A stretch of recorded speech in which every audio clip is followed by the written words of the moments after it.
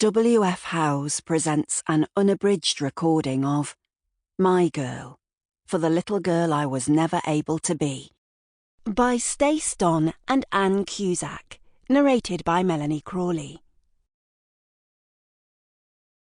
To my daughter, who gives me strength every day to push forward, my fiancé for being my rock, and to every survivor out there, we are not victims, we are warriors. Prologue. Summer 1996, Stockport. For weeks now, I'd been looking longingly from my bedroom window at this pyramid of sand, imagining how much fun it would be racing up and down the slopes. But now that I was here, the reality was disappointingly different. With each step, I sank further into the sand, right up to my knees, and I could hardly walk, never mind run. It didn't help that I was, as usual, wearing my football boots. "Come on, Stace!" yelled my friend Mandy, chucking a handful of sand in my direction.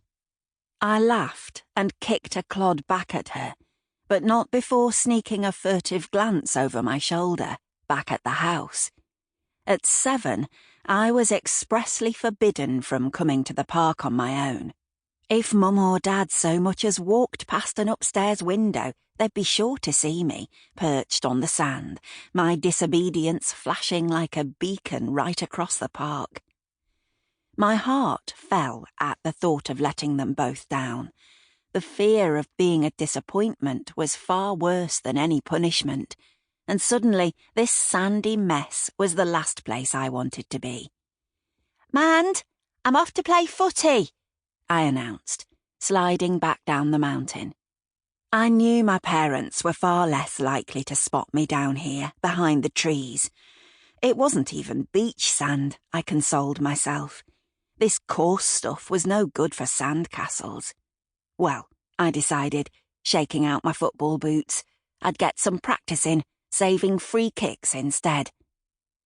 "You be Fowler, I'll be Schmeichel," I yelled, tearing off towards the rusty goal frame at the other side of the park. I threw the football high into the air for a header whilst I waited for Mand. But before it landed, I felt a tap on my shoulder. "Hello, Lulu," said a strange male voice. I spun around, stunned.